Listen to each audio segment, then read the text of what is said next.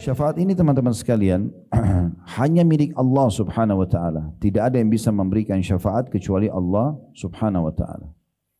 Jadi tidak mungkin ada orang nanti hari kiamat memberikan rekomendasi atau pertolongan kepada orang lain kecuali Allah sudah izinkan. Dan berarti tidak mungkin orang-orang yang Allah murkahi bisa memberikan syafaat. Seperti orang kafir, orang musyrik, orang munafik, ahli maksiat ini tidak bisa memberikan syafaat. Karena pasti yang Allah berikan kesempatan untuk memberikan syafaat orang-orang pilihannya.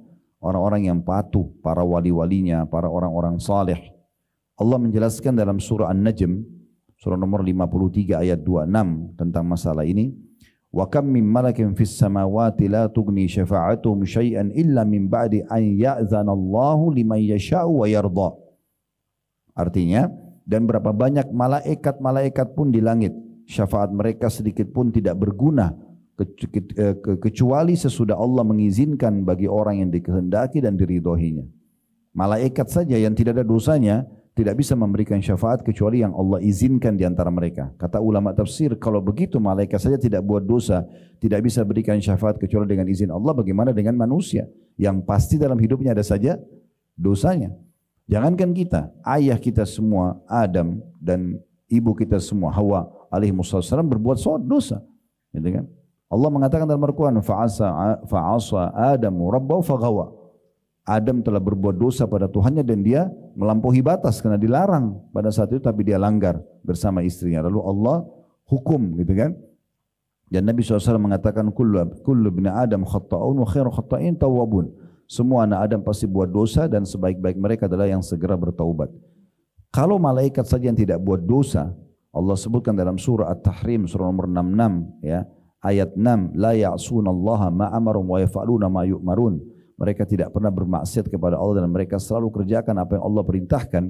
Itu tidak bisa memberikan syafaat, pertolongan pada hari kiamat, ya, kecuali dengan izin Allah. Maka begitu juga dengan manusia. Begitu juga dalam surah Al-Baqarah surah nomor 2 ayat 255, dalam ayat kursi, man dzalladzi yashfa'u 'indahu illa bi'idnih, ya. Siapa yang dapat memberikan syafaat di sisi Allah tanpa izinnya? Maksudnya ini Allah, ya, memberikan gambaran tidak mungkin ada yang bisa memberikan syafaat di sisinya Allah nanti hari kiamat kecuali dengan izinnya.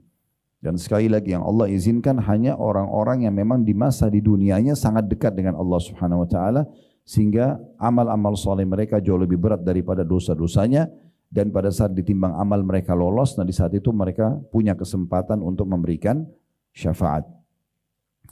Begitu juga dalam surah Thaha, surah nomor 20 ayat 109, Allah Subhanahu wa taala berfirman, yauma idzin la tanfa'u syafa'atu illa man adina lahu ar-rahmanu wa radiya lahu qawla. Ya, pada hari itu, hari kiamat, tidak berguna syafaat kecuali syafaat orang yang telah Allah Maha Pemurah memberi izin kepadanya dan dia telah ridha perkataannya. Kalau Allah ridha baru bisa, kalau enggak maka enggak, gitu. Ya, ini jelas sekali bagaimana Allah Subhanahu wa taala memastikan tidak akan pernah bisa memberikan syafaat kecuali dari sisi Allah Subhanahu wa taala. Itu dulu tentang syafaat, dan tentu teman-teman sekalian kita sangat butuh sekali dengan syafaat-syafaat ini. Kenapa? Karena memang kita tidak pernah tahu amal soleh yang kita kerjakan apakah sudah diterima atau tidak. Ini kan? Kita berharap diterima, tapi bisa saja mungkin terlintas riya, mungkin kurang khusyuk, kurang pahalanya, sehingga kurangnya kadar pahala juga mengurangi kadar amal soleh itu sendiri. Mungkin kita melakukannya tanpa memenuhi syaratnya. Ada orang pikir dia sudah wudu, padahal sebenarnya belum wudu, misal contoh. Nah, atau sekian banyak yang kemungkinan besar membuat amal soleh itu belum tentu diterima. Makanya Abdullah bin Umar radhiyallahu anhu, sahabat Nabi yang mulia, mengatakan, kalau seandainya saya dapat jaminan 2 rakaat solat saya sudah diterima sama Allah, maka saya sudah sujud syukur kepada Allah. Tapi kan kita cuma berikhtiar, walaupun harus diyakini dalam hati, kita nggak boleh ragu kalau kita sudah penuhi syaratnya, insya Allah Allah akan berikan. Tetapi bisa saja, karena contoh seperti riya, Bapak Ibu sekalian, riya itu mungkin di saat antum sedang mengeksekusi ibadah itu tidak riya. Misal kita lagi tawaf, lagi umroh, lagi sa'i, lagi sedekah, kita nggak riya di saat itu. Tapi bisa saja syaitan grogotin riya itu, ikhlas itu setelah sekian tahun. Contoh misalnya, kita pada saat tawaf nangis karena tersentuh. Ikhlas karena Allah, berdoa, menangis tentang dosa-dosa kita, ikhlas. Kita ikhlas diterima sama Allah. Tapi 3 tahun kemudian ada seorang teman pulang dari umroh, dia cerita, lagi duduk sama-sama. Ya, ini contoh saja. Dia mengatakan, kemarin tuh saya waktu tawaf, tersentuh banget tuh. Sampai saya nangis gini. Misal contoh. Terus syaitan bisikin kita, kamu kan juga 3 tahun lalu pernah ya nangis, coba ceritain. Terus kita cerita. Misal. Bisa saja terbuka pintu, padahal sudah 3 tahun yang lalu. Kan itu. Makanya kata ulama salaf, sesuatu yang paling berat adalah bagaimana menjaga keikhlasan itu sampai ajal datang. Ya. Dan itu bukan hal yang ringan kalau kita memang menganggap remehnya. Nah seperti itu. Contohnya saja. Berarti kita memang sangat butuh dengan syafaat. Atau itu tadi amal soleh yang kurang ya. Atau dosa yang kita kerjakan. Misal kadar dosa kita 100. Lalu kita bertobat kepada Allah. Tapi tobat kita ini kadarnya hanya 90. Misal masih ada sisa dosanya. Maka kita butuh syafaat. Kita butuh pertolongan gitu ya. Dan syafaat itu datangnya dari sisi Allah subhanahu wa ta'ala. Kemudian datang kepada hamba-hamba Allah yang dimuliakan para malaikat, kemudian juga diizinkan kepada para nabi-nabi dan rasul, baru kemudian pindah ke orang-orang saleh dari kalangan hamba-hamba pilihannya.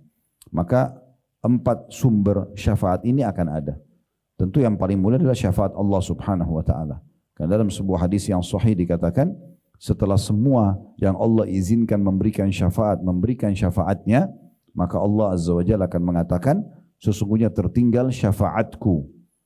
Maka kata Nabi SAW, lalu Allah menggenggam satu genggaman dari api neraka dan mengeluarkan banyak orang yang sudah hangus.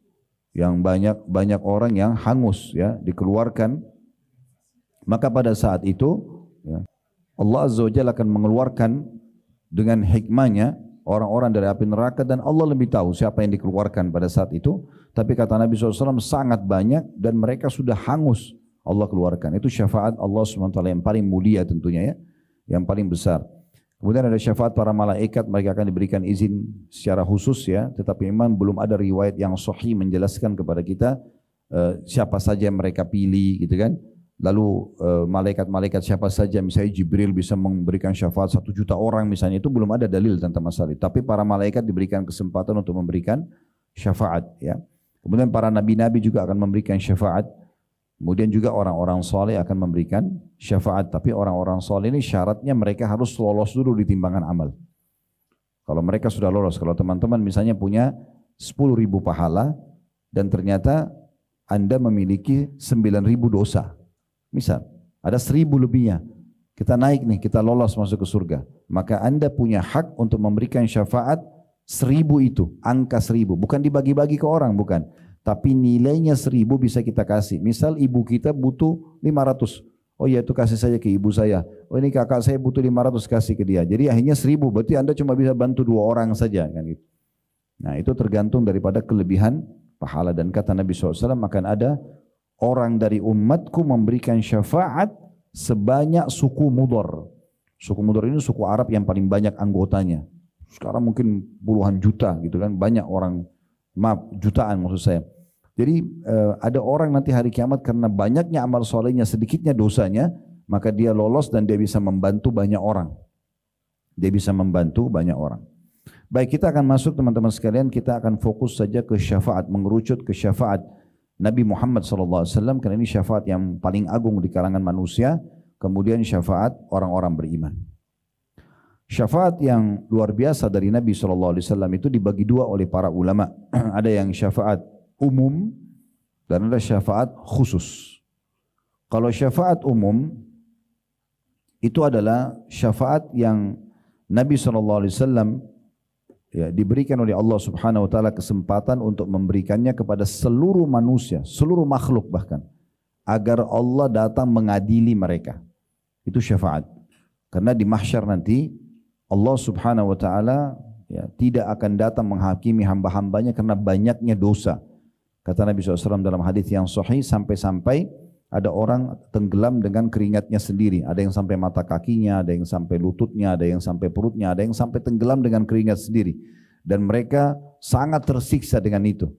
yang di sana berteriak, yang di sana lagi disiksa, ada yang dibangkitkan dalam kondisi mereka berjalan dengan wajah mereka, sampai kata Nabi SAW dalam hadis yang sahih, sungguh benar-benar mereka akan memindahkan, sungguh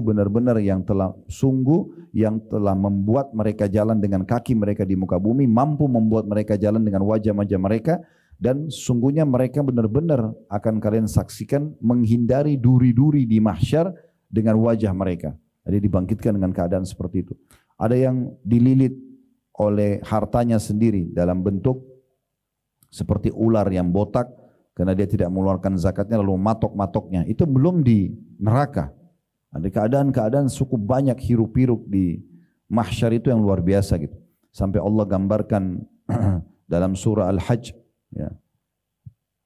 Wa taran nasa sukara wa ma hum bisukara walakinna adzaballahi syadid. Kalian melihat pada saat itu manusia sempoyongan seperti orang mabuk, tapi mereka tidak mabuk karena pada saat itu azab Allah sangat pedih. Jadi memang kondisinya sangat memilukan. Nah, di saat orang sudah sangat jenuh, kata Nabi Muhammad SAW, ketika hari kiamat datang, manusia akan berbondong-bondong mendatangi Nabi Adam. Lalu mereka akan mengatakan, berilah syafaat atau mohonlah syafaat kepada Rabbmu. Adam mengatakan, aku tidak punya hak, pergilah kalian kepada Ibrahim.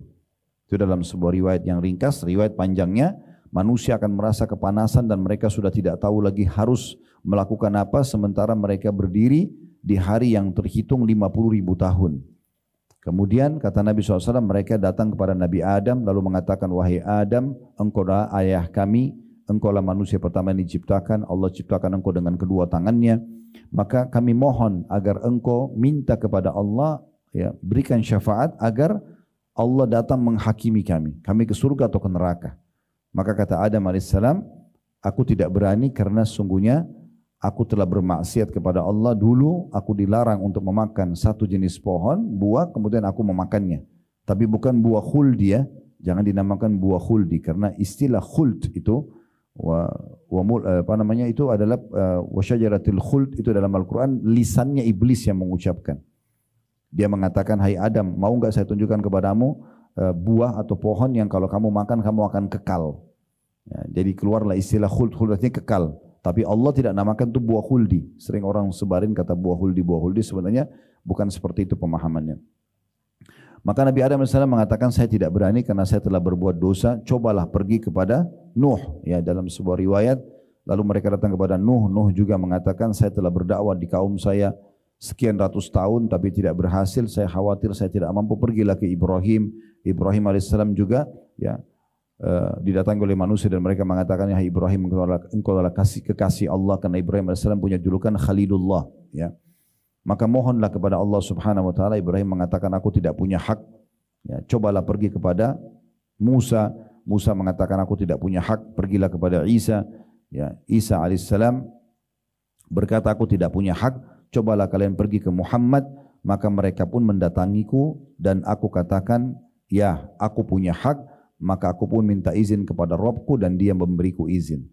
Dalam riwayat yang lain, semua nabi-nabi menyebutkan kesalahannya kecuali Isa. Kecuali Isa alaihissalam, beliau tidak sebutkan kesalahan, cuma beliau mengatakan, saya tidak punya hak, cobalah pergi kepada Muhammad. Dalam riwayat yang lain kata Nabi SAW, maukah kalian mengetahui bagaimana manusia mengenalku pada hari kiamat? Karena kan manusia hanya dengar Nabi Muhammad, umat Islam mengimani, kita pun tidak tahu bagaimana, ya, wujud aslinya Nabi Muhammad SAW. Kita tahu ciri-cirinya, beliau putih, beliau tampan, postur tubuhnya kekar dan segala macam. Tapi kan kita tidak pernah lihat secara fisik langsung. Dan apalagi umat-umat yang lain. Maka Nabi SAW mengatakan, maukah kalian tahu bagaimana nanti manusia mengenalku hari kiamat dan mengetahui kedudukanku? Para sahabat mengatakan, tentu ya Rasulullah. Kata Nabi SAW, nanti mereka akan datang ke nabi-nabi. Disebutkanlah tadi Nabi Adam, Nabi Nuh, Nabi Ibrahim, datang semua nabi-nabi, semuanya menolak. Dan terakhir Nabi Isa mengatakan, cobalah pergi kepada Muhammad, ya, mungkin dia akan bisa memberikan syafaat. Dalam beberapa riwayat lain para nabi-nabi mengatakan, sungguh aku tidak berani karena hari ini Allah murka, belum pernah murka sebelumnya seperti ini karena banyaknya dosa makhluknya. Maka aku tidak berani, aku akan selamatkan diriku sendiri. Begitu kata para nabi-nabi. Sampai akhirnya mereka datang kepada Nabi Muhammad SAW dan beliau mengatakan, ana lahu, ana lahu. Saya pemiliknya, saya pemiliknya. Lalu kata Nabi SAW, aku pun menuju ke arsy-Nya Allah dan sujud kepada Allah. Allah lebih tahu berapa lamanya. Beliau pun tidak disampaikan berapa lama beliau akan sujud. Maka aku pun sujud di bawah arsy-Nya Allah dan Allah membukakan untukku puji-pujian yang belum pernah diajarkan untuk siapapun dari hambanya. Kita kan bisa puji-puji Allah ya, wahai zat yang maha kaya, ya Ghani misalnya, ya Ghafur, maha pengampun, kan banyak yang sudah kita tahu. Tapi itu sebenarnya sebagian kecil. Jadi ada puji-pujian yang Allah khususkan, itu diajarkan kepada Nabi Muhammad SAW di hari itu. Beliau sujud dan beliau puji-puji Allah sampai Allah mengatakan, ya Muhammad irfa' ra'sak washfa' tushfa'.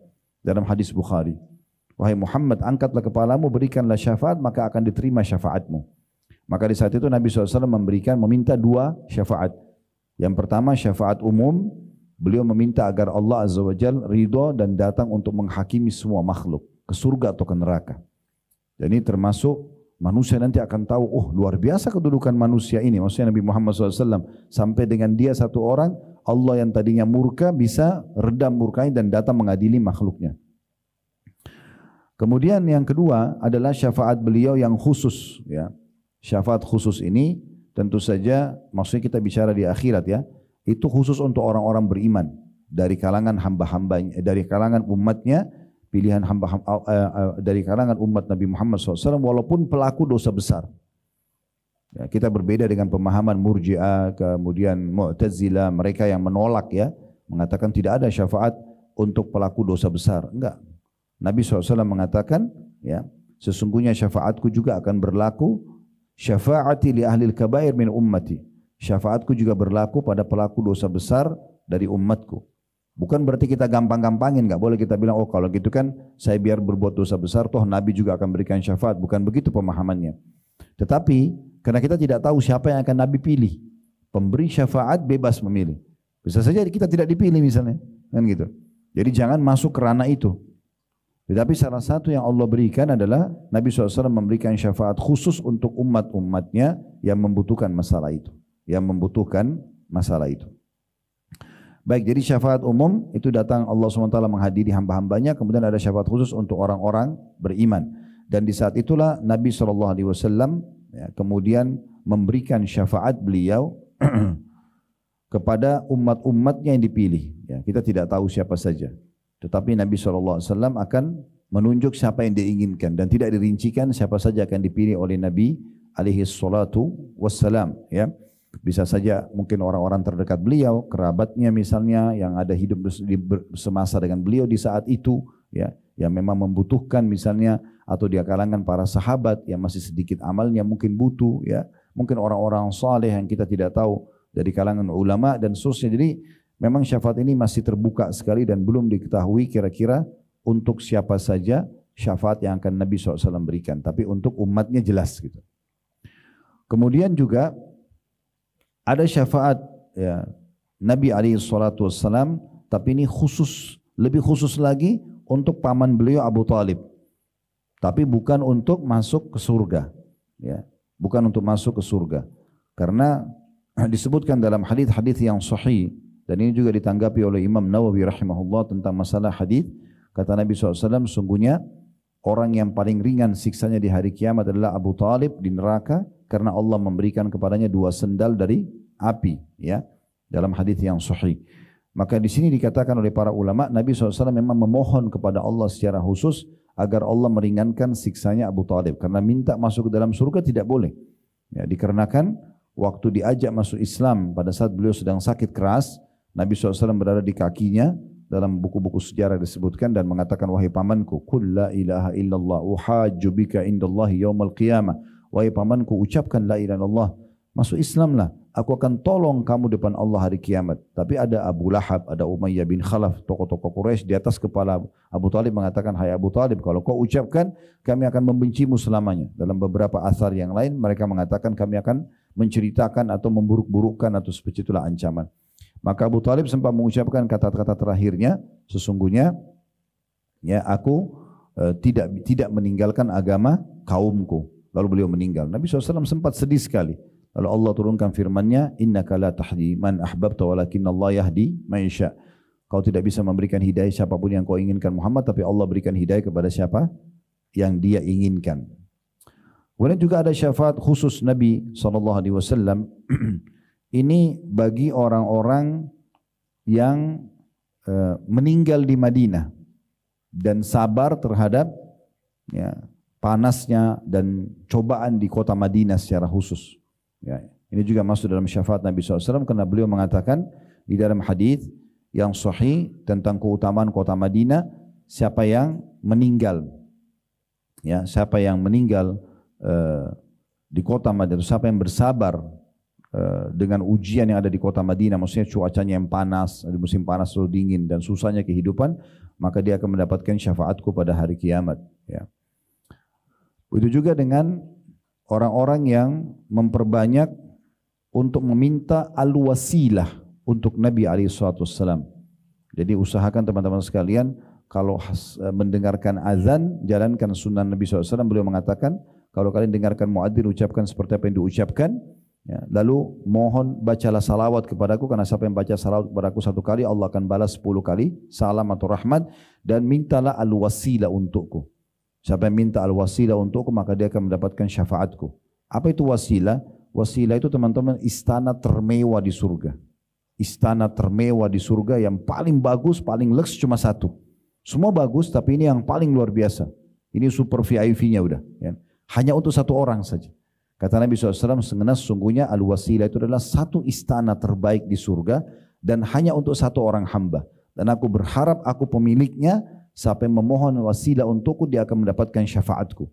Nah, jadi kita selalu membaca Allahumma rabba hadhihi al-titama was-salatil qa'imah ati Muhammadanil wasilata wal fadila. Al-wasilah ini itu adalah istana. Ini bisa mendatangkan syafaat Nabi alaihi salatu wassalam. Nah, ini contohnya. Begitu juga dengan syafaat Nabi SAW kepada orang-orang khusus, ya, yang beliau sebutkan sendiri namanya. Ya, seperti Nabi SAW pernah mendoakan secara khusus Abu Salamah radhiyallahu anhu, sahabat yang mulia, yang pada saat setelah meninggal, selesai masa iddah istrinya Ummu Salamah, Nabi SAW menikahi Ummu Salamah. Ya.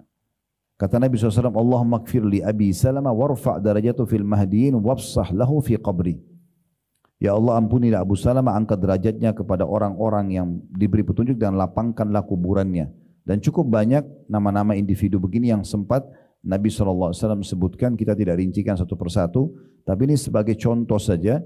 Ada di antara mereka memang yang Nabi SAW sebutkan secara khusus nama-namanya, ya, di kalangan para sahabat Nabi. Nah, ini syafaat Nabi alaihi salatu wassalam, dan orang yang paling bahagia nanti di hari kiamat dengan syafaat Nabi SAW disebutkan dalam sebuah hadis yang sahih. Pernah Abu Hurairah bertanya radhiyallahu anhu kepada Nabi SAW, ya Rasulullah, man as'adun nas, ya, bi syafa'atika yaumul qiyamah. Wahai Rasulullah, siapakah orang yang paling bahagia nanti dengan pemberian syafaatmu hari kiamat? Mereka akan sangat senang dengan syafaat yang anda berikan. Maka beliau mengatakan dalam sebuah riwayat, wahai Abu Hurairah, saya tidak menyangka ada siapapun yang menanyakan ini kepadaku kecuali engkau. Maka ketahuilah bahwasanya as'adun nasi bi syafaati yaumil qiyamah man qala la ilaha illallah khalisan min qalbihi aw nafsihi. Orang yang paling bahagia dengan syafaatku nanti hari kiamat adalah orang yang mengucapkan la ilaha illallah tulus dari hatinya atau dalam jiwanya. Dalam riwayat lain, as'adun nasi bi syafaati yaumil qiyamah man qala la ilaha illallah khalisan min qalbi. Orang yang paling bahagia dengan syafaatku hari kiamat adalah orang yang mengucapkan la ilaha illallah tulus dari hatinya, ya, maka itu akan mendapatkan syafaat yang paling bahagia bagi dia, karena dengan walaupun banyak dosanya yang dia kerjakan, tapi karena dia tulus dengan ini, dia ucapkan la ilaha illallah, dia renungi dengan fikirannya, ya, dia yakini dengan hatinya, kemudian dia praktikkan dalam kehidupannya, ini akan mendapatkan syafaat dari Nabi SAW yang paling bahagia nanti pada hari kiamat. Ibnu Taimiyah mengatakan, menjelaskan hadis di atas tadi, itulah syafaat yang akan diperoleh orang-orang bertauhid dengan izin Allah, dan mustahil akan diterima oleh orang-orang yang berbuat syirik kepada Allah Subhanahu wa taala. Maka hakikatnya Allah lah yang akan memuliakan hamba-hambanya yang ikhlas atau bertauhid, mengampuni dosa-dosa mereka dengan perantara permohonan orang yang telah diizinkan oleh Allah Subhanahu wa taala untuk memberi syafaat sebagai bentuk permuliaan dan pemberian kedudukan yang termulia. Sedangkan syafaat yang ditolak oleh Al-Quran adalah yang disertai dengan perbuatan syirik. Ya. Oleh sebab itu Allah Subhanahu wa taala menetapkan bahwa seluruh syafaat harus dengan izinnya. Dan Nabi SAW menetapkan pula bahawa syafaat tidak akan diberikan kecuali kepada orang-orang yang ikhlas dan juga bertauhid. Jadi ini syafaat-syafaat yang diberikan oleh Nabi alaihi salatu wassalam kepada umatnya. Ya. Juga masuk di dalam masalah ini adalah orang yang berusaha selalu mendekatkan diri kepada Nabi SAW. Kalau di masa hidup beliau, itu adalah orang-orang yang selalu mendekatkan diri. Maksudnya memang khusus gitu. Ada yang mau melayani Nabi SAW. Ada di antara sahabat berkhidmah hanya untuk misalnya apa ya Rasulullah, apa yang bisa saya jadi pelayan anda nih. Ada orang yang datang hanya untuk menyiapkan sendal sama siwak beliau namanya Abdullah bin Mas'ud. Ada yang khusus untuk melayani pembelanjaan di pasarnya, ya Anas bin Malik. Ya, ada orang yang khusus untuk memasang pelana kuda beliau pada saat mau berperang, Kirkira atau Karkara. Kemudian ada banyak sekali ya di antara sahabat. Ada yang menjadi anak angkat beliau dan pelayan beliau Zaid bin Haritha bersama dengan anaknya Usama bin Zaid radhiyallahu anhu majma'in. Nah, semua ini orang-orang yang luar biasa gitu. Kemudian orang-orang yang menjadi pasangan hidup beliau, ya, semua ummahatil mukminin. Kemudian juga yang menjadi mertua beliau, otomatis ya, yang menjadi anak mantu beliau. Ada mertua Abu Bakar sama Umar, ada anak mantu beliau Utsman dan Ali radhiyallahu anhu majma'in yang Allah pilih menjadi khulafaur rasyidin. Maka semua ini pasti orang-orang yang sangat pantas untuk mendapatkan syafaat-syafaat Nabi alaihi salatu wassalam. Mungkin anda berkata begini, baik syafaat Ustaz kan itu menolong orang yang kurang amal solehnya, ya, supaya dia masuk ke surga. Misalnya amal solehnya 100, dosanya 90 misalnya. Maaf, dosanya 100, amal solehnya 90, kurang. Maka dengan syafaat, misalnya dimaafkan 20 dosanya, dari 100 sisa 80, amal solehnya 90, maka dia lolos karena dia masuk. Itu benar, itu salah satu ya cara untuk syafaat. Tapi ada juga syafaat yang lain yang banyak orang tidak ketahui, yaitu setelah kita masuk surga pun masih bisa dengan syafaat Nabi Muhammad SAW misalnya, itu diangkat ke derajat yang tidak bisa kita jangkau dengan amal kita. Jadi tidak harus pembersihan dosa, gitu kan? Tapi bisa saja derajat kita sudah sampai di derajat 80 misalnya, kita bisa pindah ke derajat 90, bisa ke 100 dengan syafaat Nabi alaihi salatu wassalam. Maksud dalam masalah ini adalah orang yang memperbanyak sekali membaca salawat, orang yang mendekatkan diri tadi kepada Nabi SAW di masa hidup beliau, dan orang mendekatkan diri kepada Nabi SAW setelah meninggal beliau. Maksudnya adalah selalu berusaha untuk mempelajari sejarah beliau, menjadikan beliau sebagai suri tauladan. Kemudian juga selalu mempertahankan sunnah-sunnah beliau, memurnikannya, membaca salawat kepada beliau sallallahu alaihi wasallam. Ini semua adalah orang-orang yang sangat pantas mendapatkan syafaat beliau. Kalaupun mereka amal solehnya banyak, berarti akan menambah lagi derajatnya di surga, gitu ya. Kalau dosanya masih ada, maka dosanya akan dimaafkan sehingga bisa lolos masuk ke dalam surga itu sendiri. Maka ini termasuk orang-orang yang akan mendapatkan syafaat Nabi alaihi salatu wassalam, dan ini kita berharap tentunya. Oleh karena itu semasa hidup di dunia teman-teman sekalian, walaupun kita tidak bertemu dengan Nabi secara langsung, tapi kita berusaha agar selalu menjadikan beliau sebagai idola kita, suri tauladan kita, mempelajari semua sunnah-sunnahnya, kita terapkan dalam kehidupan, gitu kan? Baik itu yang perintah beliau wajib ataupun perintah beliau hukumnya sunnah saja. Ya, jangan kena amal sunnah lalu kita mengatakan, ya kan cuma sunnah. Kenapa enggak puasa Senin Kamis kan cuma sunnah. Kenapa enggak sholat duha dan sholat tahajud kan cuma sunnah. Kenapa enggak zikir pagi petang. Kenapa enggak baca Quran kan cuma sunnah. Jadi sunnah juga perintah Nabi SAW. Kalau anda mau dapatkan syafaat beliau, berarti memang kita harus nyata mendekatkan diri kepada Nabi SAW walaupun beliau sudah meninggal. Dengan cara-cara tentunya yang dibolehkan secara syariat. Dibolehkan secara syariat, tidak boleh kita sembarangan juga melakukan dengan alasan mencintai Nabi, tapi sebenarnya kita tidak mencontohi apa yang beliau ya ajarkan. Dan Nabi SAW pernah bersabda kepada para sahabat, saya ingin sekali bertemu dengan saudara-saudaraku. Maka kata para sahabat, ya Rasulullah, kami saudara-saudara anda. Kata Nabi SAW, bukan, kalian adalah sahabat-sahabatku. Saudara-saudaraku yang datang sepeninggalku nanti. Ya kita ini dianggap saudara oleh Nabi SAW. Gitu kan? Maka para sahabat mengatakan, ya Rasulullah, bagaimana Anda bisa mengenal mereka? Sementara nanti ketemunya di mahsyar. Kita tidak ketemu lagi Nabi di dunia gitu kan.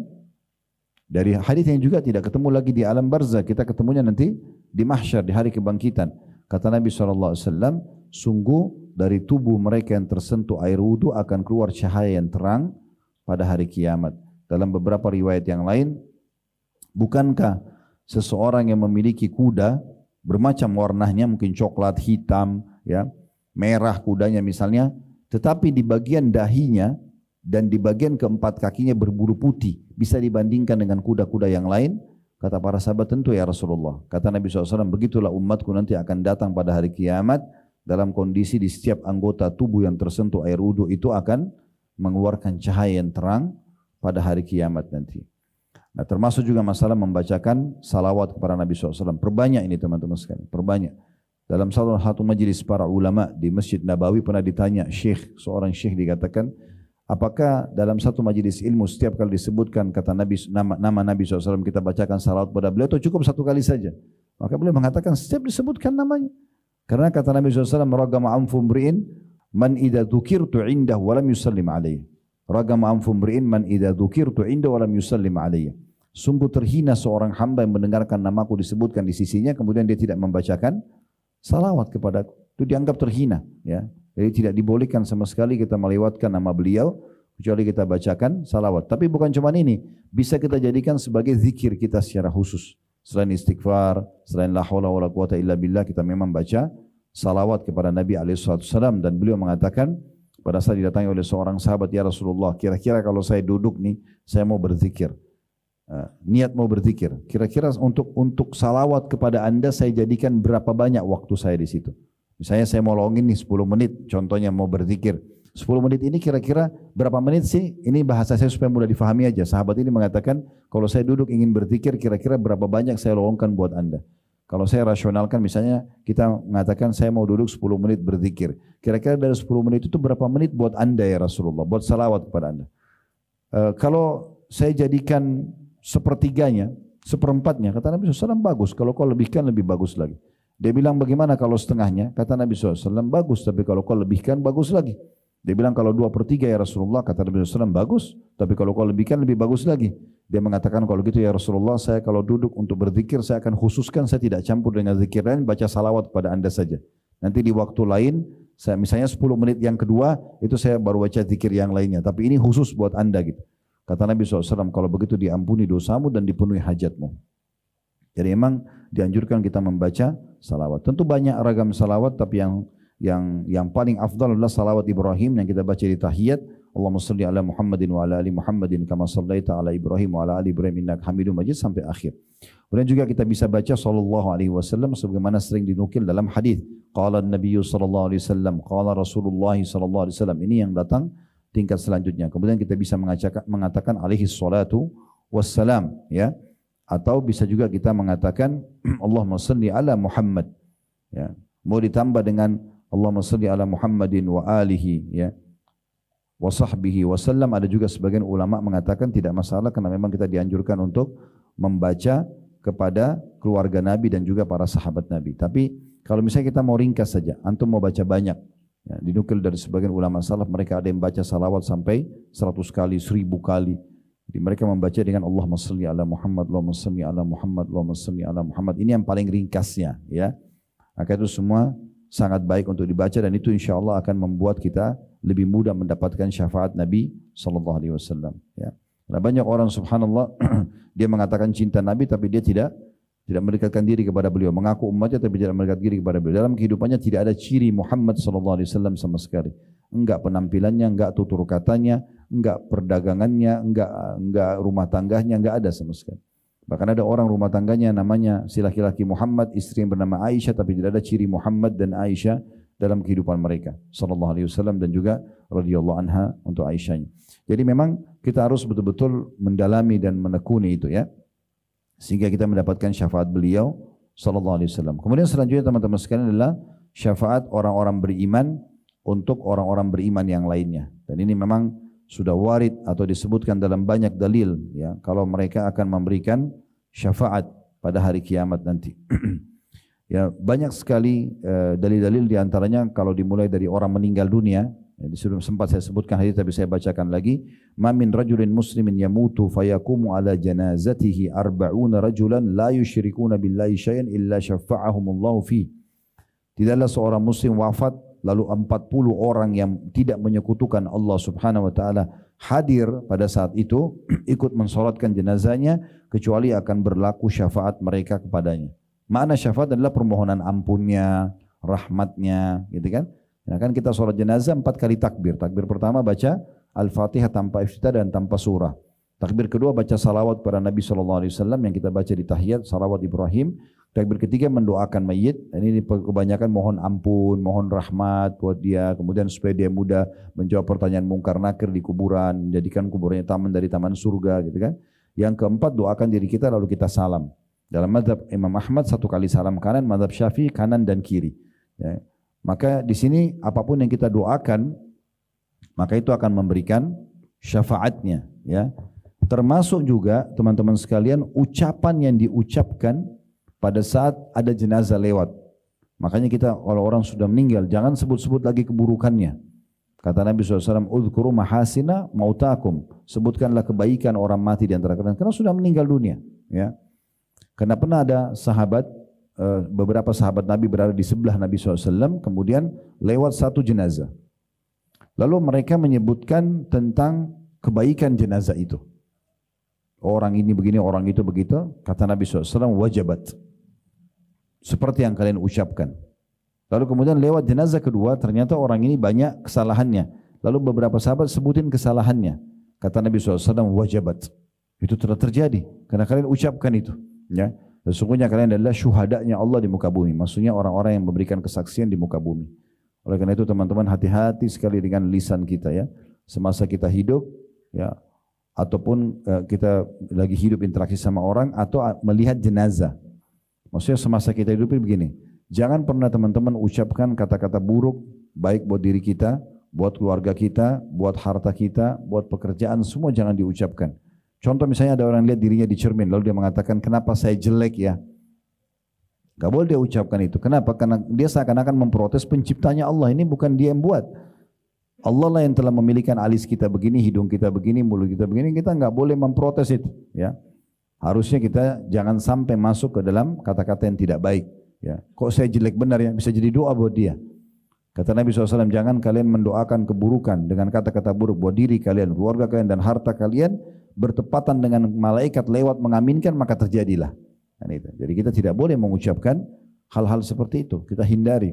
Termasuk juga ada orang misalnya dia ribut sama keluarganya, istri atau suaminya lalu mengatakan saya menyesal nikah sama kamu misalnya. Kan bisa kata-kata buruk ini ya. Atau anaknya aktif sekali.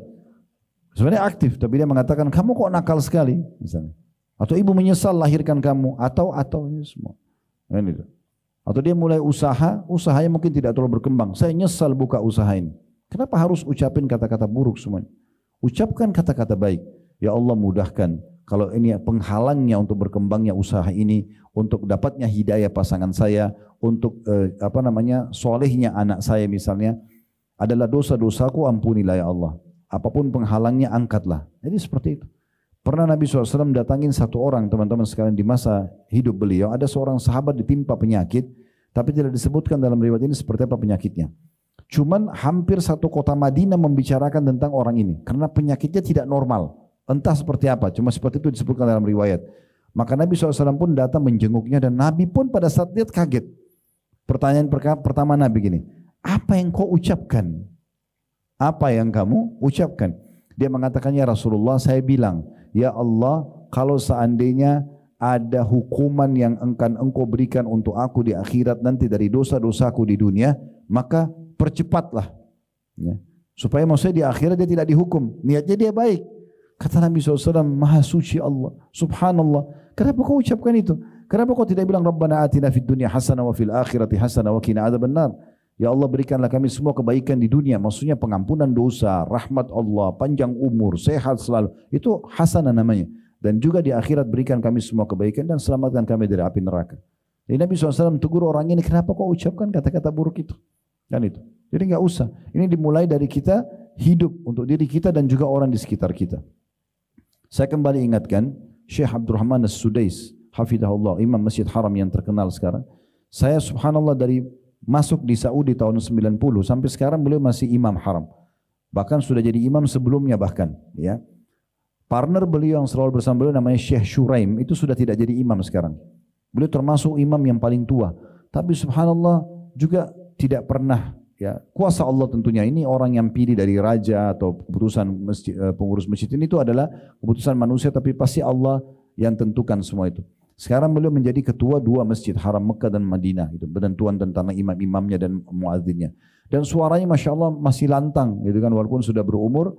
Dan juga kalau di malam-malam ganjil, teman-teman mungkin pernah umroh di akhir Ramadan, atau kalau tidak bisa nonton di sini, malam-malam ganjil kayak malam 21, 23, 25, 27, 29, itu pasti umumnya di sholat witir, di kunutnya pasti Syekh Sudais yang diminta jadi imam, jadi anunya, pembacanya. Karena kalau dia baca doa lama tapi orang nggak capek gitu, karena doanya enak banget. Apalagi kalau yang ngerti dalam bahasa Arab itu semuanya kebaikan-kebaikan gitu. Pernah diwawancarai di salah satu media di Saudi, apa rahasianya Anda menjadi imam haram seperti ini? Imam haram banyak, tapi bergonta-ganti. Tidak ada yang bertahan sampai selama seperti beliau gitu ya. Apalagi suaranya tetap lantang, dia tetap tulus, kelihatan tulus dalam berdoa dan segala macam. Maka dia mengatakan doa ibuku. Kalau ditanya lagi oleh pembawa acaranya itu, memang apa doa ibu Anda gitu? Dia bilang dulu waktu saya kecil, kalau saya nakal, aktif gitu ya. Ibu saya dalam kondisi jengkel mengatakan begini, pergilah ke Masjid Haram supaya semoga kau jadi imam haram. Dalam kondisi aktif didoakan supaya jadi imam haram. Mungkin kalau ibu-ibu di masa sekarang, kamu kok nakal sekali, mungkin dicaci maki, mungkin segala macam. Contohnya, ya. Nah itu kalau orang hidup. Jadi selalu optimis, selalu ucapkan kata-kata baik, karena kata Nabi SAW, saya tidak suka dengan, ya, pesimis, tapi saya suka dengan al-fa'al.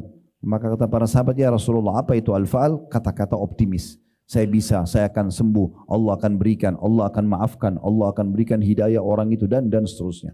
Maka itu adalah hal yang baik. Nah begitu juga dengan kita berinteraksi dengan orang yang sudah meninggal dunia. Ya. Kita mohonkan ampun buat dia, kita selalu ucapkan kata-kata yang baik, jangan yang buruk, karena itu termasuk nanti bisa menjadi penyebab dia kena daripada kata-kata tersebut. Kalau ada yang mengatakan begini, Ustaz, saya kan jengkel banget sama orang ini, karena dia semasa hidupnya suka, atau anggaplah dia masih hidup dulu, nanti baru kita bicara kalau yang sudah meninggal, orang masih hidup. Kalau ada orang yang sakitin kita nih, ada yang ghibah, ada yang fitnah, ya, bagaimana kita bermuamalah dengan dia? Kita bisa melakukan 2 hal, menjaga jarak dengan dia, dan doakan agar dia dapat hidayah. Tapi kan saya jengkel sekali Ustaz, saya ingin supaya dia dihukum sama Allah. Baik, kalau Anda merasa terzalimi, Anda bisa berdoa dengan 2 cara. Yang pertama tidak efektif dan hanya murni balas dendam. Yang kedua efektif. Yang tidak efektif ini misalnya, ya Allah dia ghibah saya, butain matanya. Misal, dia jengkel. Ya Allah orang ini tidak bayar utangnya, putuskan kakinya. Misal, terzalimi iya, bisa diterima doanya. Tapi ini murni balas dendam. Allah kasih nih buta matanya orang itu. Habis itu apa? Udah nggak ada. Kita nggak akan terima apa-apa lagi. Karena sudah terbalaskan. Itu tidak efektif. Karena selalu yang ada dendam, sakit hati. Nah ini dijamin cepat tua, gitu kan. Atau yang kedua efektif, doakan supaya dapat hidayah. Ya Allah berikan dia hidayah supaya dia bayar utangnya, berikan dia hidayah supaya dia berhenti menggunjing orang, memfitnah orang dan segala macam misal. Lalu Allah kabulkan, karena kita kan terzalimi. Orang yang terzalimi tidak ada hijab antara dia sama Allah Subhanahu wa taala. Kata Nabi SAW kepada Muadz bin Jabal dalam hadis Bukhari Muslim, wattaqi da'watal mazlum fa inna laysa bainallahi hijab. Hati-hati kau dengan doanya orang yang terzalimi, karena tidak ada hijab antara dia sama Allah Subhanahu wa taala. Kita doakan, lalu dia dapat hidayah. Maka semenjak dia dapat hidayah, sampai nanti kapanpun kita akan dapat pahalanya. Kita akan dapat pahalanya. Nah ini kalau kita masih hidup. Orang sudah meninggal juga sama. Untuk apa kita balas kezaliman dia dengan kezaliman? Dia buat jahat, ya udah dia sudah meninggal. Kita mengatakan ya Allah ampunilah dia. Semoga Allah maafkan dia. Waktu terjadi fitnah ifk. Kalau pernah dengar ini fitnah yang disebarkan oleh Ubaidillah bin Salul, ya. Ini pimpinan orang munafik. Dia menyebarkan fitnah waktu itu setelah peperangan Bani Mustaliq, salah satu peperangan Nabi SAW, bahwasanya Aisyah berzina dengan Safwan. Kisah ifki yang sangat masyhur, fitnah yang tidak masuk akal pada saat itu, dan tersebar gosip itu kalau Aisyah berzina sama Safwan, dan Allah turunkan pembelaannya dalam surah An-Nur, surah nomor 24 dalam Al-Quran, dijelaskan panjang lebar tentang masalah pembelaan tersebut, kalau itu tidak benar, dan yang menyebarkan fitnah itu dicambuk. Ada 3 orang yang kena cambuk pada saat itu. Hamna binti Jahash, itu adalah ipar Nabi SAW, saudaranya Zainab binti Jahash. Ada Hasan bin Thabit, itu penyairnya Nabi SAW, dan ada Muslim bin Abi Muslih. Ya. Ini ada yang mengatakan juga Marsad namanya, tapi yang ada beberapa riwayat, tapi ini jelas sepupunya Aisyah. Dulu Abu Bakar membiayai hidupnya orang ini. Dia termasuk orang Badar, dibiayai hidupnya segala macam, tapi rupanya waktu tersebar gosip ini dia ikut-ikutan. Abu Bakar marah. Abu Bakar begitu tahu, langsung Abu Bakar mengatakan, demi Allah mulai sekarang saya tidak akan biayai hidupmu lagi. Wajar. Dia biayai selama ini hidupnya, terus tiba-tiba sebarin gosip gak benar gitu. Maka Allah SWT menurunkan dalam surah An-Nur, ala tuhibbuna yakfirullahu lakum. Ya. Nah, makna ayat itu, tidak maukah kalian dengan memaafkan orang lain, Allah memaafkan dosa kalian. Dan kata ulama tafsir, ayat ini turun kepada Abu Bakar radhiyallahu anhu. Maka Abu Bakar mengatakan, tentu ya Tuhanku, aku ingin dimaafkan. Maka beliau membayar kafarah, denda atas sumpahnya. Kan dia bilang atas nama Allah. Dia memberikan makan 10 orang miskin.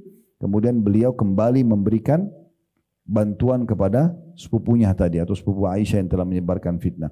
Jadi memang ada satu hal yang harus kita perhatikan. Setiap kita berbuat baik teman-teman sekalian, itu akan datangkan manfaat yang besar buat kita. Baik muamalah dengan manusia ataupun pengampunan dari Allah Subhanahu wa taala. Ada hadis penting juga yang perlu kita ketahui. Ini hadis perlu direnungi baik-baik, yang saya langsung baca saja terjemahan bahasa Indonesianya. Kata Nabi SAW, kalau 2 orang sedang bertikai, si A sama si B, maka selama orang yang terzalimi di antara mereka, ya, tidak membalas, maka rahmat Allah akan datang kepadanya. Misalnya si A sama si B, si A ini benar, tapi si B caci maki, dia tidak balas, dia diam aja, enggak usah ditanggapi. Maka rahmat Allah kepadanya, dan ini akan datang murkahnya Allah pada dia. Kalau dia membalasnya, misalnya si B mencaci maki, si A balas, maka ini nanti akan dilihat pada hari kiamat di mahkamah Allah, kira-kira cacian mereka ini seimbang enggak sih? Kalau berimbang, maka balance, tidak ada yang akan dibagi pahala. Tetapi kalau seandainya balasan dia masih lebih kecil daripada serangan yang sampai kepada dia, maka selisihnya akan diberikan kepadanya. Misalnya kadar ini contoh saja, kadar serangannya 30, kadar balasannya cuma 10. Ada selisih 20. Dia masih bisa dapatkan kadar 20 itu sebagai balasan dari pahalanya si B yang mencaci maki dia. Cuma yang jadi masalah ini, kalau kata Nabi SAW, balasan orang yang terzalimi itu lebih besar daripada yang menyerangnya, misalnya dia digosipin tapi dia balas dengan membunuh. Membunuh lebih besar enggak? Nah, sekarang kalau dia lakukan ini, maka hari kiamat justru yang akan dapat tambahan orang yang zalimi dia. Lalu untuk apa kita balas gitu kan? Makanya para ulama salaf itu selalu tersenyum kalau sudah ada yang gosipin mereka, ada yang mau bicara tentang hal yang buruk atau fitnah, mereka senyum saja. Ya, dinukil sebuah kisah seorang salaf. Seingat saya kalau tidak salah itu Abdullah bin Mubarak rahimahullah. Beliau baru panen kurma yang sangat ranum. Kemudian beliau baru mau nikmatin, ada muridnya datang mengatakan, sungguhnya si fulan ya mencaci maki Anda, menggibah Anda. Maka beliau tutup kembali kurma itu.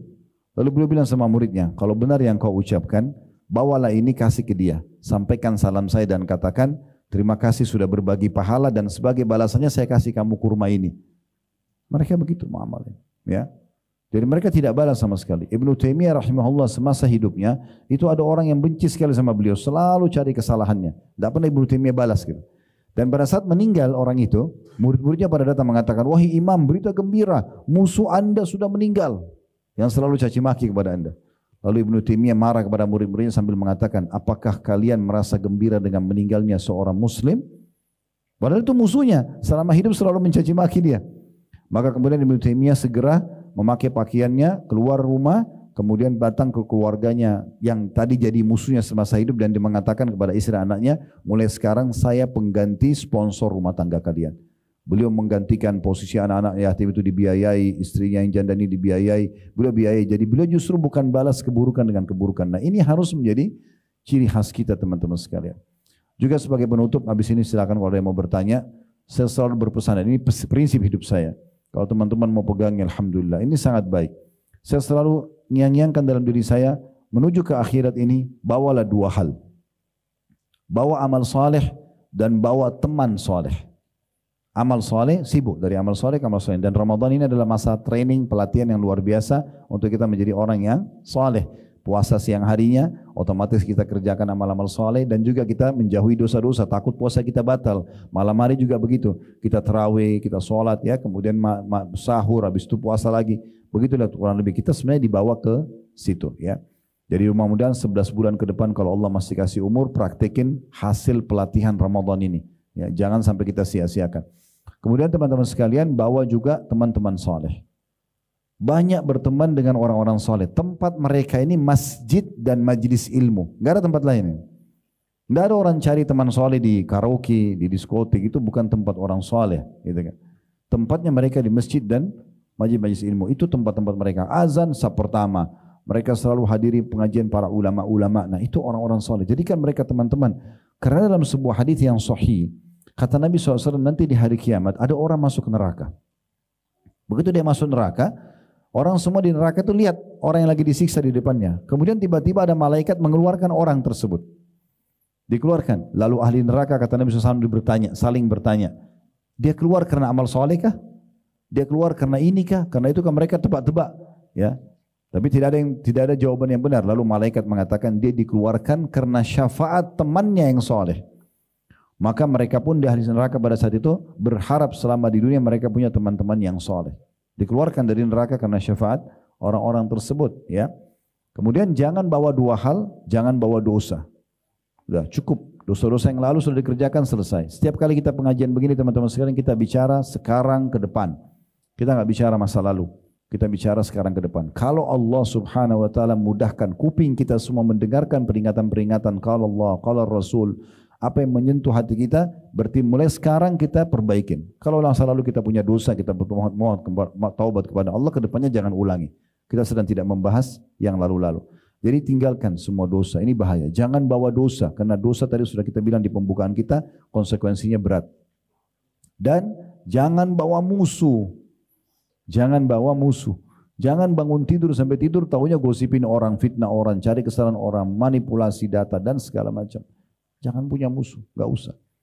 Teman-teman kita ini sudah ditentukan rezekinya. Lalu untuk apa ribut dengan orang lain tentang masalah rezeki? Kata Nabi SAW, tidak akan meninggal satu nyawa, satu jiwa tidak akan meninggal, tidak dicabut ruhnya, kecuali sampai kepadanya rezeki terakhirnya. Seteguk air itu akan sampai di tenggorokan antum kalau itu sudah rezeki antum. Tidak akan jatuh ke tenggorokan orang lain. Tidak mungkin. Lalu kenapa mau ribut sama orang? Tanah warisan lah, inilah, itulah, jabatan, apa yang mau dikejar gitu. Ya. Tidak ada manfaatnya. Kalau rezeki kita akan datang kepada kita. Makanya Hasan Basri mengatakan rahimahullah, saya selalu senang dan tenang karena rezekiku sudah ditentukan sama Allah, tidak akan diambil oleh orang lain. Clear, selesai. Gitu kan? Makanya biasa kita lihat ada orang yang sudah sangat tua, mungkin selama dia jalan hidupnya susah. Tapi di akhir hidupnya tiba-tiba dapat warisan jadi orang kaya. Karena pasti sampai kepada dia rezeki itu. Tidak mungkin tidak. Maka ini penting sekali untuk digarisbawahi. Oleh karena itu teman-teman sekalian, untuk apa kita ribut sama orang? Untuk apa ada musuh? Enggak penting. Orang lain musuh kita terserah. Kita musuh orang lain jangan, tidak usah. Ya, untuk apa kita jadi masalah buat orang lain gitu ya? Karena dia akan bisa panen pahala kita pada hari kiamat. Ini bahaya sekali. Maka harus hati-hati. Allahu a'lam. Semoga Allah berkahi majelis kita dan Allah SWT menjadikan kita orang-orang yang paling beruntung di Ramadan ini dan Ramadan yang lalu dan juga akan datang. Allah terima seluruh amal saleh yang pernah kita kerjakan, yang sedang kita kerjakan, yang akan kita kerjakan dengan pahala yang sempurna. Semoga Allah maafkan semua dosa-dosa kita, sengaja tidak sengaja, kecil ataupun besar, dan diganti dengan kemakmurannya menjadi pahala. Selalu kita doakan agar negara kita menjadi negara yang aman, tentram, damai, dan Allah jaga persatuan, kesatuan, dan kemerdekaan kita. Serta Allah karuniai negeri tercinta ini sampai menjelang hari kiamat nanti, insyaAllah pemimpin yang baik, yang adil, walaupun kita sudah meninggal nantinya, maka tetap ada pemimpin yang baik, yang adil, yang menjalankan tugas dan amanah dengan baik, dan juga menjadikan masyarakat negeri kita masyarakat yang selalu gotong royong dengan pemerintah pada hal yang tidak bawa maksiat kepada Allah, sehingga negara kita selalu terjaga persatuan, kesatuan, dan kemerdekaannya, serta menjadi makmur dan menjadi contoh bagi negara-negara yang lain.